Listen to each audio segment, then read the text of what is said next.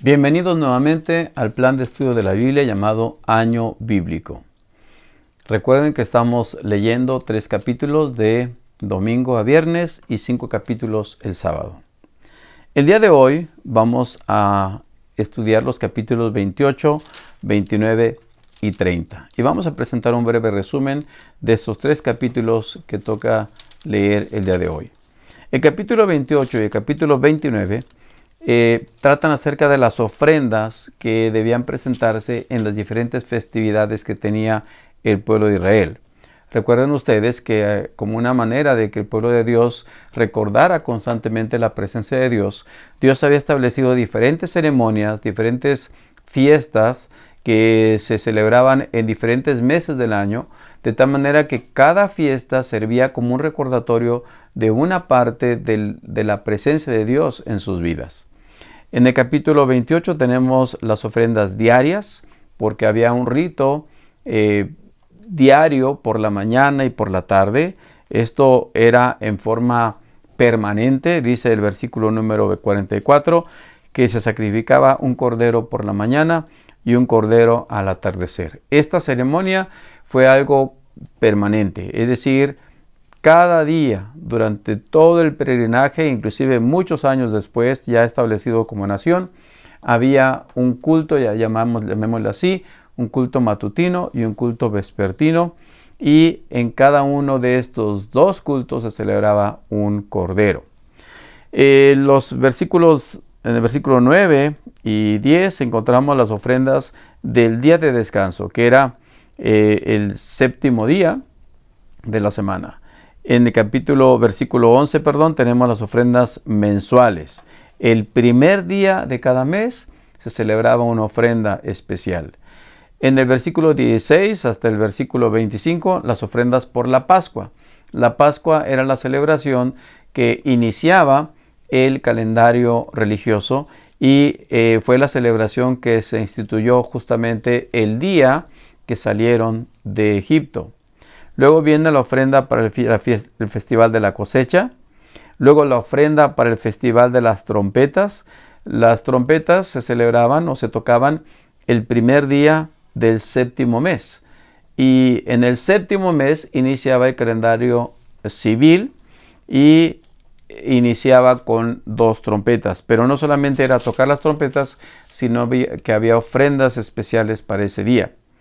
A partir del versículo 7 al versículo 11 encontramos las ofrendas para el día del perdón o el día de la expiación, que era el día 10 del séptimo mes. Recuerden que el séptimo mes era el único mes que iniciaba con el sonido de las trompetas, el día primero del mes séptimo.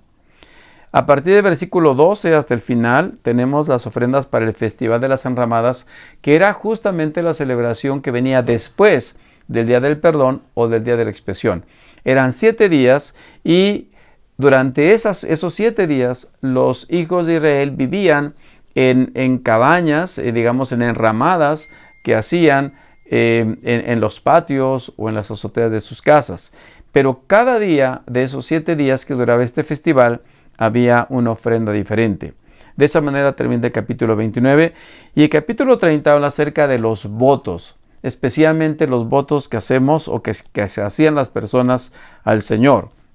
En versículo 2 presenta algo muy claro. Un hombre que hace un voto al Señor o una promesa bajo juramento jamás deberá faltar a su palabra. Tiene que cumplir exactamente con lo que dijo que haría.